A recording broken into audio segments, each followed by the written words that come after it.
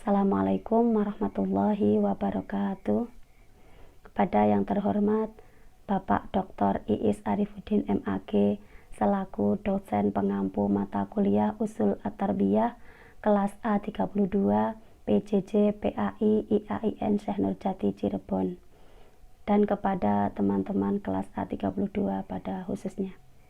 Sebelumnya perkenalkan, nama saya Sri Pawet dari kelas A32 dengan nomor induk mahasiswa 22811315660. Kali ini saya akan menguraikan materi terkait judul Sumber dan Dasar Pendidikan Islam.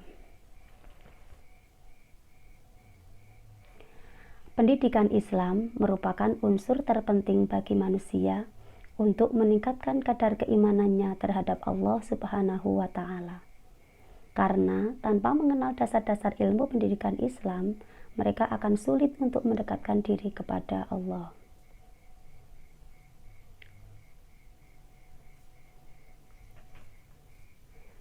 Pengertian dasar pendidikan Islam. Dasar, kata dasar dalam bahasa Arab berarti asas, dalam bahasa Inggris foundation, dan dalam bahasa Prancis fondement, sedangkan dalam bahasa Latin fundamentum.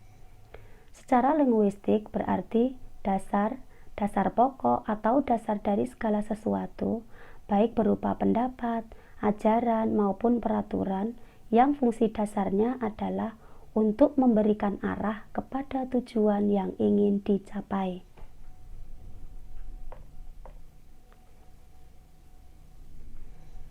Sedangkan sumber ajaran ilmu pendidikan Islam itu ada 3 macam.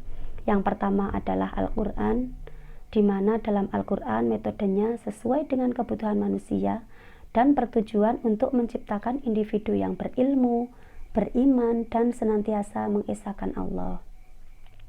Sumber yang kedua adalah Sunnah Nabi Muhammad SAW atau yang biasa dikenal dengan hadis, di mana al-hadis mencerminkan prinsip manifestasi wahyu dalam segala perbuatan, perkataan, dan takrir Nabi Muhammad SAW.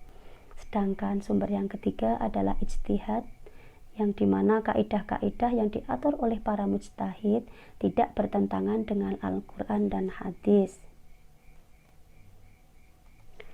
Al-Quran sebagai sumber dan dasar pendidikan Islam, di dalamnya terdapat beberapa ayat yang menjadi dasar pendidikan Islam. Yang pertama, Surah Al-Alaq ayat 1-5 tentang kewajiban belajar mengajar.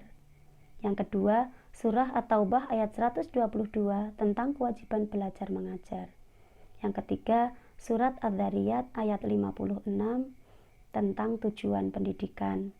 Yang keempat, Surat Ar-Rahman ayat 1-4 tentang subjek pendidikan. Yang kelima, Surah An-Nisa ayat 170 tentang objek pendidikan atau peserta didik. Yang keenam, Surat An-Nahl ayat 125 tentang metode pengajaran. Dan yang ketujuh, Surah Al-Mujadalah ayat 11 tentang ilmu dan lingkungan pendidikan. Tujuan pendidikan Islam dalam perspektif Quran itu sendiri, yang pertama, mengenalkan manusia akan perannya di antara sesama makhluk dan tanggung jawab pribadinya sebagai khalifah fi al-ardi. Tujuan yang kedua, mengenalkan manusia akan interaksi dan tanggung jawabnya dalam tata hidup bermasyarakat.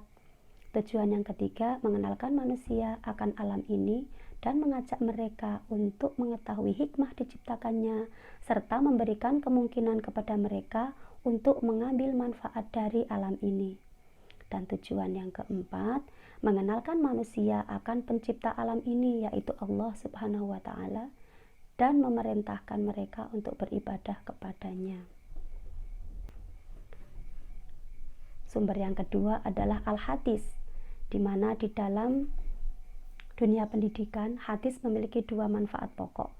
Manfaat yang pertama, hadis mampu menjelaskan konsep dan kesempurnaan pendidikan Islam sesuai dengan konsep Al-Quran.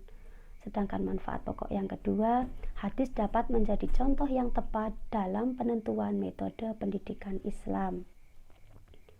Sedangkan sumber yang ketiga adalah ijtihad.